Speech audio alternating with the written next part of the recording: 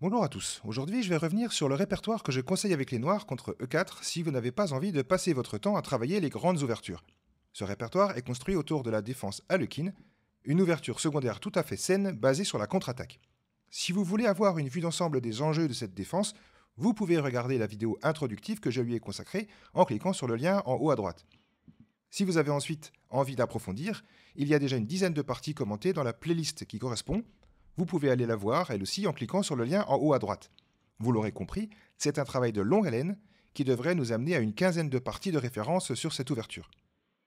Je vais aujourd'hui me pencher sur une ouverture qui est directement liée à la défense harlequin dans mon répertoire, c'est la viennoise. Quel est le lien entre les deux ouvertures?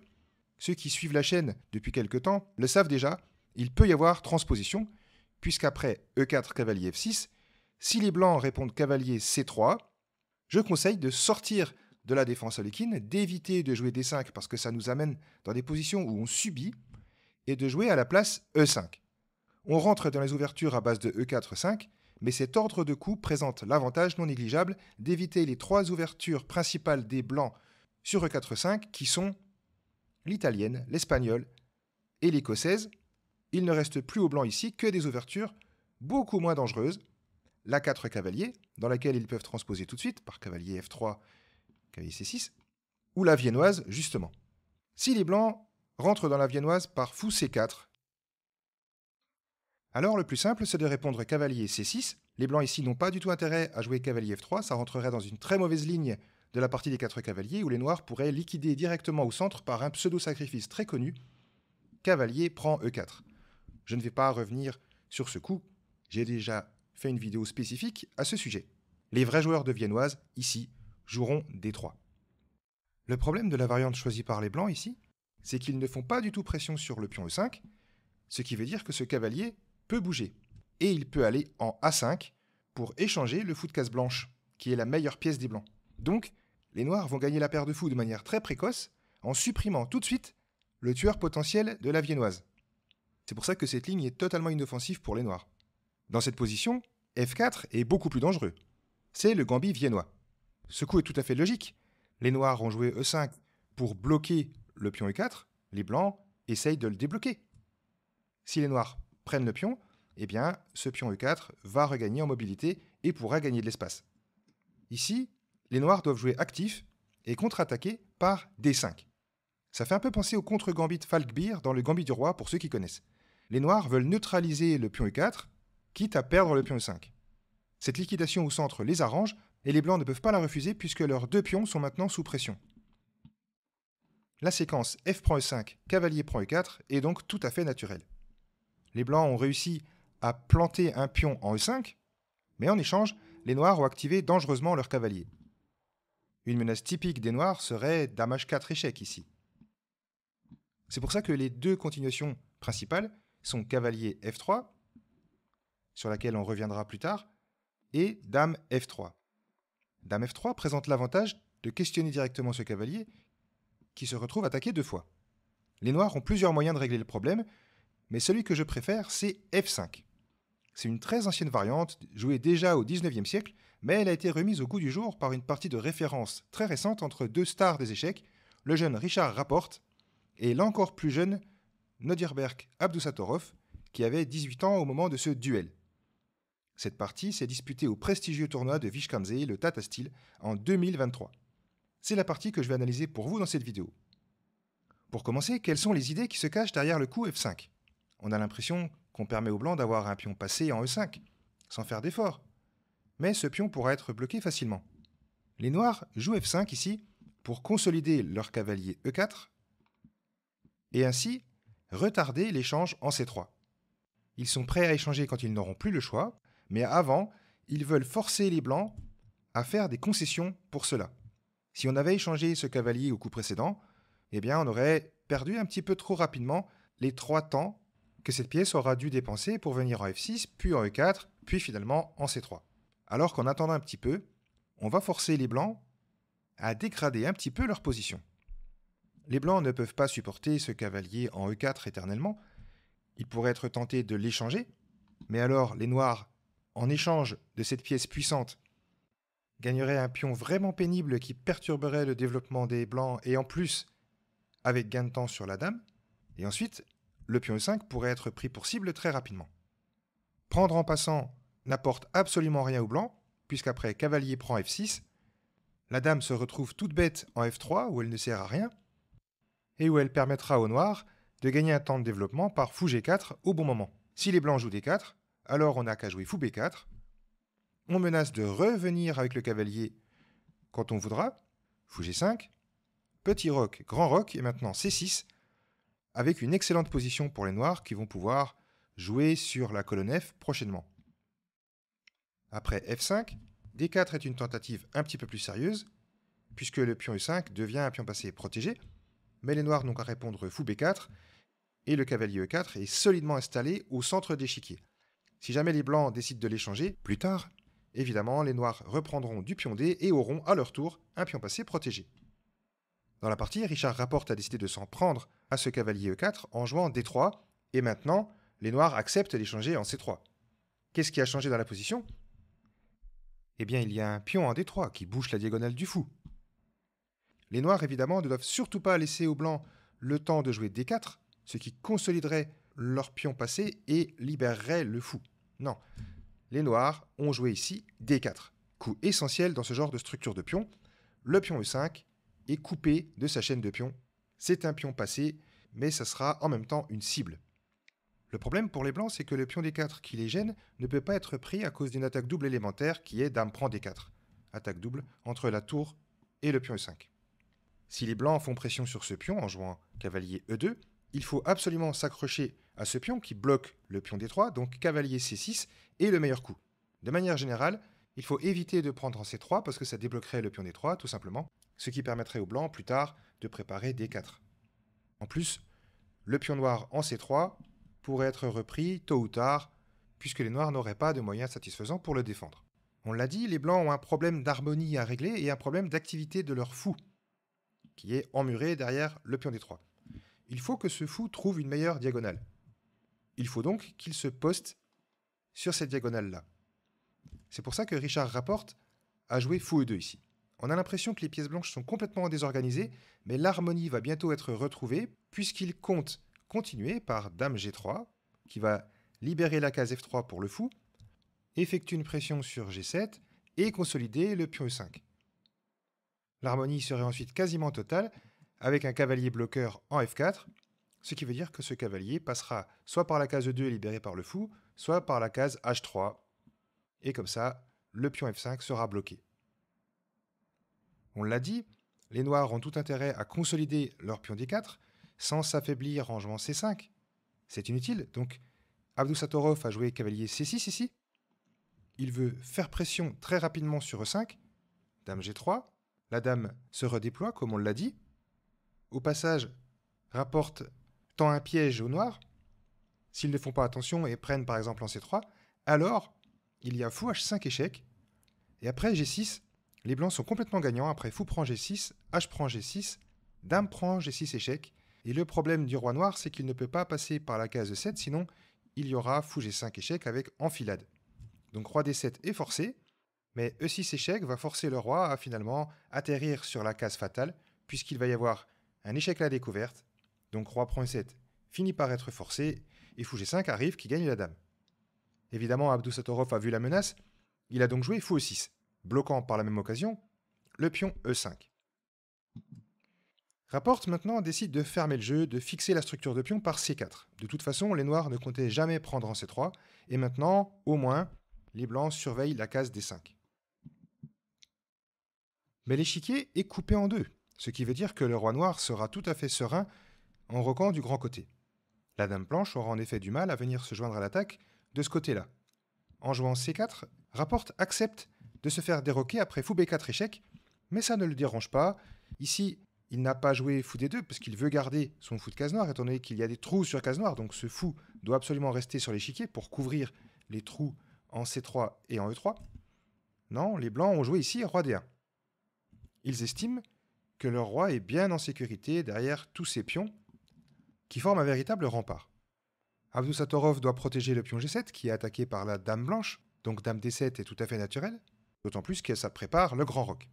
Tour B1, grand roc, fou F3, le fou se recycle sur sa meilleure diagonale et effectue au passage une menace.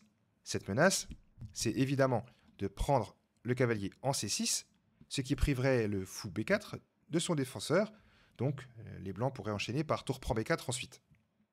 Il faut donc bouger ce fou. Mais où?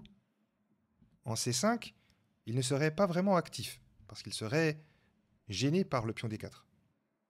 En plus, le pion D4 est suffisamment défendu, donc le défendre une fois de plus, ici, ne servirait à rien. En C3, le fou ne ferait réellement rien de sérieux. Abdou Sattorov décide donc de le replier en E7. C'est un coup malin. En E7, le fou a une mission. Étant donné que la case F4 est une case de blocage destinée au cavalier, les noirs préparent G5 qui va gêner le contrôle de cette case. Le coup fou E7 prépare donc la lutte contre la case F4. Vous allez me dire que ça laisse un pion en prise, le pion G7. Mais après dame prend G7, les noirs ont une ressource tactique basée sur le fait que la dame a quitté la troisième rangée et ne peut donc plus participer à la défense de son roi en cas d'ouverture des lignes. C'est pour ça que les noirs ici auraient une combinaison mortelle. Ce serait fou prend C4. Au pire, ils récupèrent leur pion et activent leur fou en reprenant le contrôle de la case D5, en faisant pression sur A2. Et si les blancs acceptent le sacrifice, alors là c'est la catastrophe parce qu'il y a D3 et la colonne D va s'ouvrir en plein sur le roi blanc. Je vous montre rapidement les différentes variantes qui mènent à la déroute. C prend D3 est la variante la plus simple puisque dame prend D3 gagne simplement la tour. Fou prend C6 est à peine mieux puisqu'il y a D prend C2 échec qui force roi prend C2 et maintenant la dame arrive sur la troisième rangée sur échec. C'est là que la dame manque en G3 pour défendre la troisième rangée. Roi B2, fou A3 échec, roi A1, et le mat ne va pas tarder à arriver après dame C3 échec, fou B2, fou prend B2, tour prend B2. La première rangée est sans surveillance, la tour B2 est clouée, ça permet de tourner un mat. Après D3, si la tour vient couvrir la troisième rangée, il y a là encore la prise en C2, puis cavalier D4 échec, et la dame finit par rentrer quand même en D3.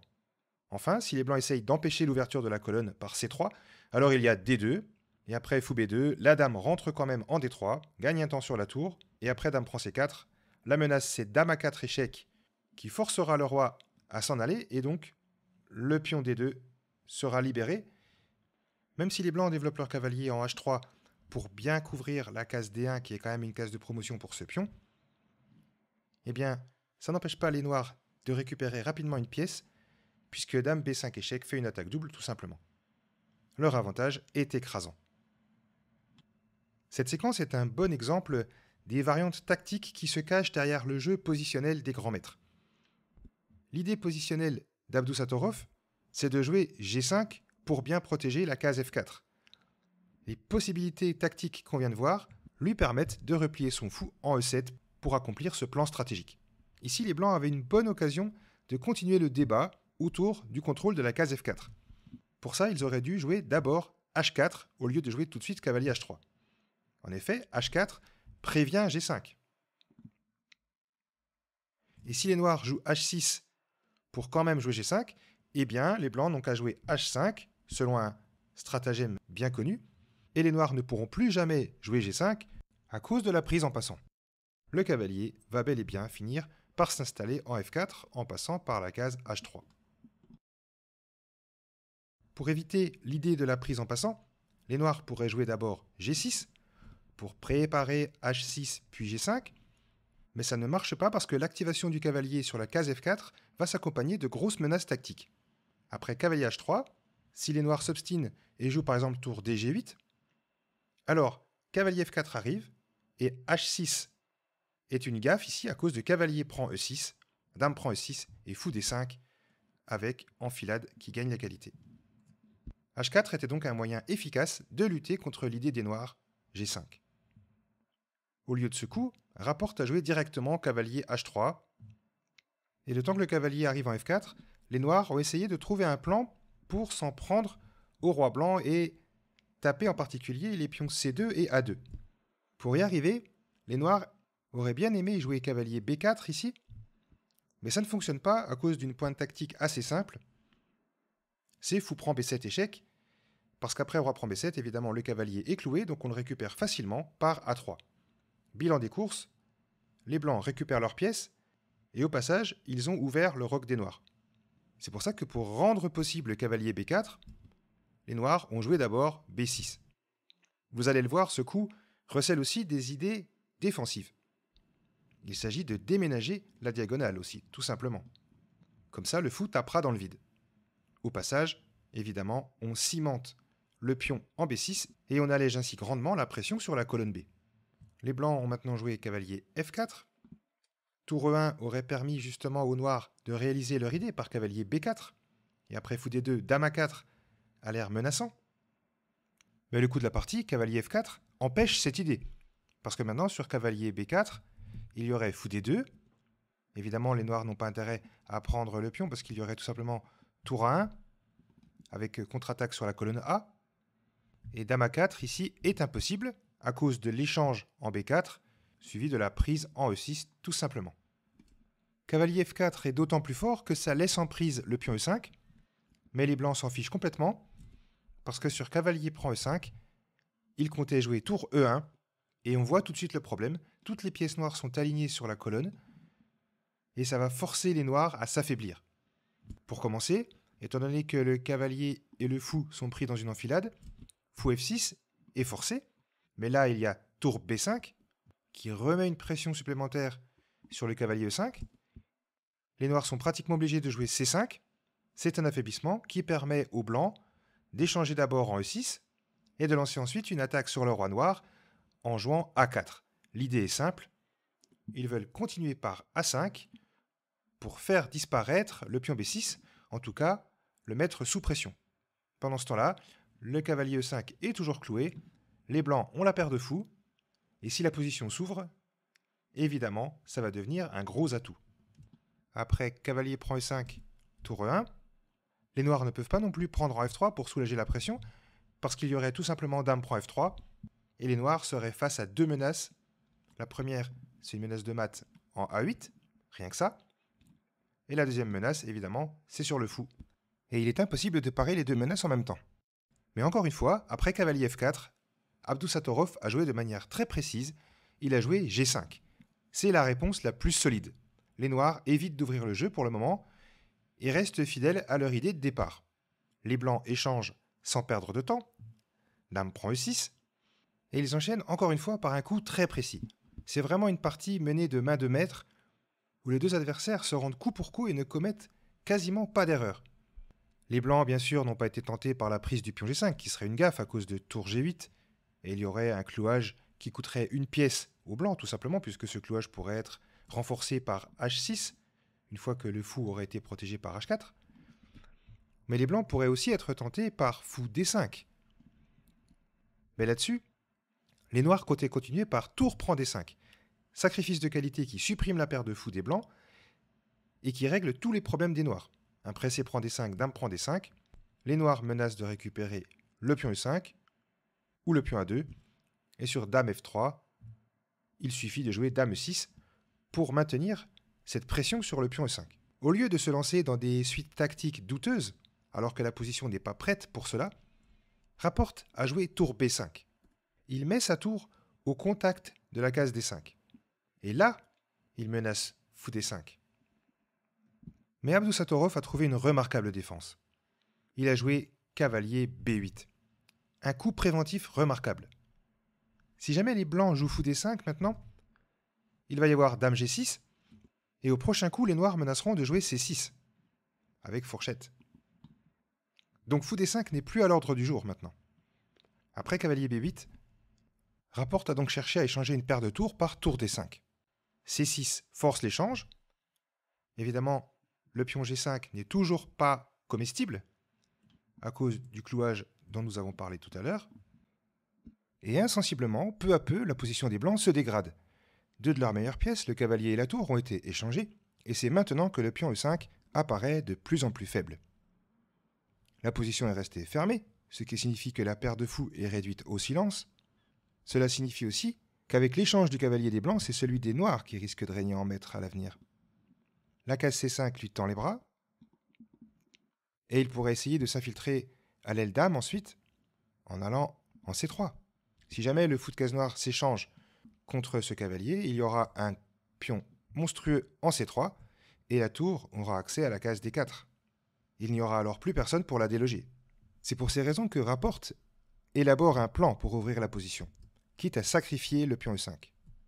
Ce plan, c'est la poussée G4 qui vise à activer le fou F3 en lui donnant accès à cette diagonale-là. Par la poussée G4, en effet, on forcerait le pion F à bouger, donc la case E4 serait disponible pour le fou, et il pourrait prendre cette diagonale ensuite en venant en F5. Les blancs ont donc logiquement commencé par H3. Cavalier D7, le cavalier se recycle vers la case C5 tout en renforçant la pression sur le pion. Et maintenant, Dame H2. Les blancs ne sont pas pressés de protéger le pion E5, de toute façon, ils ont déjà décidé de le sacrifier. Les noirs ne peuvent pas le prendre, pour le moment, parce qu'il y a aussi le pion G5 à surveiller. Sur cavalier prend E5, les blancs n'auraient qu'à jouer tour E1, clouage. Fou F6 serait forcé, mais là, les blancs n'auraient qu'à jouer fou prend G5 pour récupérer leur pion avec une meilleure position. Les noirs ne peuvent pas non plus prendre E5 avec la dame à cause du pion C6 qui ne serait plus défendu. Avant de prendre en E5, les noirs sont donc obligés de jouer H6, c'est le coup de la partie, et maintenant les blancs sont allés au bout de leur idée en jouant G4 et en sacrifiant le pion E5. Je vais vous montrer pourquoi le protégé par tour E1 n'apportait pas beaucoup d'espoir aux blancs. Les noirs ici auraient pu continuer par fou B4, attaquant la tour. On l'a dit tout à l'heure, ce fou doit rester sur l'échiquier parce que sinon il ne pourra pas lutter contre ce cavalier quand il s'installera sur la case C3. C'est la seule pièce qui peut contrôler les cases noires maintenant. Donc tour E2 ici serait pratiquement forcé au niveau stratégique. Et là, les noirs pourraient continuer par le très fort tour F8. Parce que maintenant que la tour a quitté la première rangée, on menace d'ouvrir la colonne F par G4. Le fou serait enfermé, donc la prise en G4 serait forcée. Et ensuite, la tour pourrait arriver en F1 et ça causerait de gros dégâts. Un grand maître ne peut pas accepter de subir ainsi et il préférera toujours sacrifier un pion plutôt que de se faire torturer comme ça. Donc après H6, Rapporte, qui avait déjà prévu ça 3 coups auparavant, a joué G4. Il sacrifie le pion E5. L'idée de G4, je le rappelle, c'est de gagner la case E4 pour le fou. Si les noirs jouent F4 par exemple, le fou peut venir en E4 puis en F5. Sur la prise en G4, le fou aurait accès à cette diagonale directement. Et ça réglerait tous les problèmes des blancs. Donc les noirs ne se compliquent pas la vie et ils prennent directement en E5, profitant du fait que pour le moment, le fou n'a pas accès à la case F5. J'y prends F5, les blancs ouvrent le jeu, et avant qu'ils aient le temps d'exploiter leur fou, Abdusattorov a pris en F3. C'est le bon timing pour supprimer la paire de fous des blancs qui aurait pu rapidement devenir très dangereuse. La pointe, c'est qu'en prenant en F3, le cavalier attaque en même temps la dame blanche, donc sur F prend E6, qui est le coup de la partie, il y a eu cavalier prend H2. Les dames ont été échangées de manière indirecte. Les blancs ont récupéré leur pion, mais on peut considérer le pion E6 comme moribond, puisque les noirs ont 2 pièces qui peuvent facilement venir le capturer. C'est pour ça que les noirs gardent l'avantage ici. En plus, ce sont eux qui ont le trait, donc ils peuvent prendre la colonne en premier. Et les blancs vont devoir trouver du contre-jeu, en particulier pour leur fou qui pour le moment ne joue pas. C'est là que Rapporte a joué énergiquement. Il a tout de suite compris que le problème de sa position c'était ce fou. Il a par conséquent joué fou B2. Son idée, c'est de jouer C3 pour ouvrir cette diagonale et ressusciter le fou. Consolider le pion D4 en jouant C5 ne serait pas une si bonne idée que ça, puisqu'il y aurait C3 et fou F6 n'est pas envisageable ici à cause de tour F2, avec un clouage vraiment désagréable. Et ce sont les blancs qui vont commencer à jouer pour le gain ici. Donc après fou B2, les noirs sont venus protéger leur pion avec leur tour, et en faisant ça, ils laissent la case F6 pour leur fou, parce que cette fois, maintenant que la tour est en F4, les blancs ne pourront plus faire de clouage sur la colonne F, comme dans la variante qu'on a vue précédemment. C3, D prend C3, fou prend C3. Roi D8. Avant de jouer fou F6, le roi se rapproche de la case E7, on ne sait jamais. Fou E5, tour F1 échec, gagne un temps. Roi C2, fou F6, Si les blancs échangent, eh bien, le pion E6 est condamné. Donc la finale de tour sera plus facile à jouer pour les noirs avec un pion de plus. Donc là, les blancs auraient dû défendre péniblement. Ils décident donc de placer leur tour derrière leur pion. C'est toujours comme ça qu'il faut faire en finale de tour. Placer nos tours derrière nos pions. Donc roi E7. Le pion E6 est condamné. Mais les blancs vont trouver un contre-jeu inattendu. Ils vont jouer D4.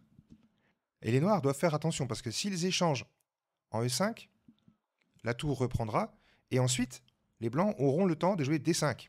Ce qui protégera le pion E6 et créera au passage deux pions passés liés pour les blancs. Un pion en E6 et un pion en D5. Les noirs ont donc joué tout de suite roi prend E6 sans avoir peur de l'échec à la découverte puisque fou B8 échec ne mène nulle part. Il y a tout simplement roi F5 et sur fou prend A7, fou prend D4, récupère un pion et protège en même temps le pion B6. Donc sur roi prend E6, les blancs ont pris en F6 sur échec, échec à la découverte. C'est le roi qui est obligé de prendre. Et maintenant, à cause de la tour qui est sur la colonne E, il est coupé de la surveillance du pion D. Donc les blancs peuvent jouer D5. Et la clé, c'est que la tour noire ne peut pas se mettre derrière le pion à cause du roi qui surveille la case. Les blancs ont donc un réel contre-jeu ici. Il va falloir être très précis pour les noirs, pour éviter que le pion D ne devienne trop dangereux. Donc bien sûr, c'est prend D5 est forcé, c'est prend D5, et maintenant tour A1. Si le roi s'amuse à courir après la tour, évidemment, la case D1 devient accessible. Mais c'est là que les blancs ont peut-être raté une occasion de sauver la partie. En effet, ils auraient dû venir protéger ce pion avec le roi en passant par les cases blanches. Au lieu de ça, ils ont joué tour E6 échec, et après roi F5, ils ont encaissé le pion H6. Vous notez que le roi noir essaye de rester actif. Tour prend A2 échec, roi B3, et maintenant tour A1. L'idée, encore une fois, c'est de se mettre derrière le pion. Roi C4, tour C1 échec, et c'est là que rapporte a joué l'erreur décisive. Il a joué roi D4, qui a l'air naturel pour contrôler ses cases, mais la meilleure défense, c'était roi B3. Je montre rapidement pourquoi. On a l'impression que les noirs peuvent venir chercher le pion D et jouer roi E5, et qu'après D6, c'est la tour qui se met derrière le pion, et qui le condamne. Mais la subtilité, c'est que maintenant, les blancs peuvent essayer de se venger sur le pion G. Et les noirs ne vont pas pouvoir garder le pion G en vie et prendre le pion D en même temps. S'ils viennent protéger le pion, eh bien la tour revient en H6. Et si les noirs veulent progresser, ils doivent accepter d'échanger les deux pions. Donc ils doivent quand même jouer roi E5 et après tour G6, prendre en D6. Le problème, c'est qu'après tour prend G5 échec, les noirs n'ont plus que leurs deux pions de l'aile dame, ce qui va grandement faciliter la défense des blancs. En effet, en finale de tour, pour le camp qui a un pion de plus, c'est souvent un avantage d'avoir encore des pions sur les deux ailes. Maintenant, ce n'est plus le cas. Un amateur perdrait peut-être cette finale avec les blancs, mais pas un grand maître. Après tour C1 échec, les blancs ont donc joué roi D4, qui est l'erreur décisive, parce que maintenant, tour D1 échec permet à la tour de se mettre derrière le pion avec gain de temps. Et surtout, après roi C4, les noirs ont un très fort coup, c'est B5 échec, déviation. Si les blancs prennent le pion, ça va faciliter le travail des noirs, puisqu'il va y avoir tour prend D5 échec, et après roi A6, les noirs peuvent déjà jouer tour D7 pour bien défendre leur pion, mais il y a encore plus fort, c'est tour D4. En effet, après roi prend A7, les noirs jouent tour H4, et ils vont forcément gagner le pion H. Étant donné que le roi blanc est beaucoup trop loin, ça va être assez facile d'amener ce pion à promotion. Rapporte a vu cela, donc après B5 échec, il a joué roi C5. Mais Abdusattorov continue dans la même idée, il joue B4. Donc là, le pion B devient sacrément dangereux. Donc tour H8, pour essayer de mettre la tour derrière les pions passés, B3, mais c'est déjà trop tard parce qu'ici, sur tour B8, il y a roi E4, tour prend B3, tour prend D5 échec, roi C4, tour D4 échec, et après roi C5, tour D3 est largement suffisant étant donné qu'on va forcer l'échange des tours ou alors gagner le pion H3 avec, là encore, le pion G qui va filer à dame. Les blancs sont donc fichus. Ils ont joué tour F8 échec, mais là aussi il y a eu roi E4, et après tour E8 échec, roi D3. Il y a eu encore deux coups, D6, B2, D7, Roi C2. Et les blancs ont abandonné ici, puisqu'après D8 Dame, évidemment, il y a tour prend D8, suivi de B1 Dame. Donc voilà, ça sera tout pour cette vidéo. Dans la prochaine, on continuera de travailler sur la viennoise, cette fois sur la variante cavalier F3 au lieu de Dame F3.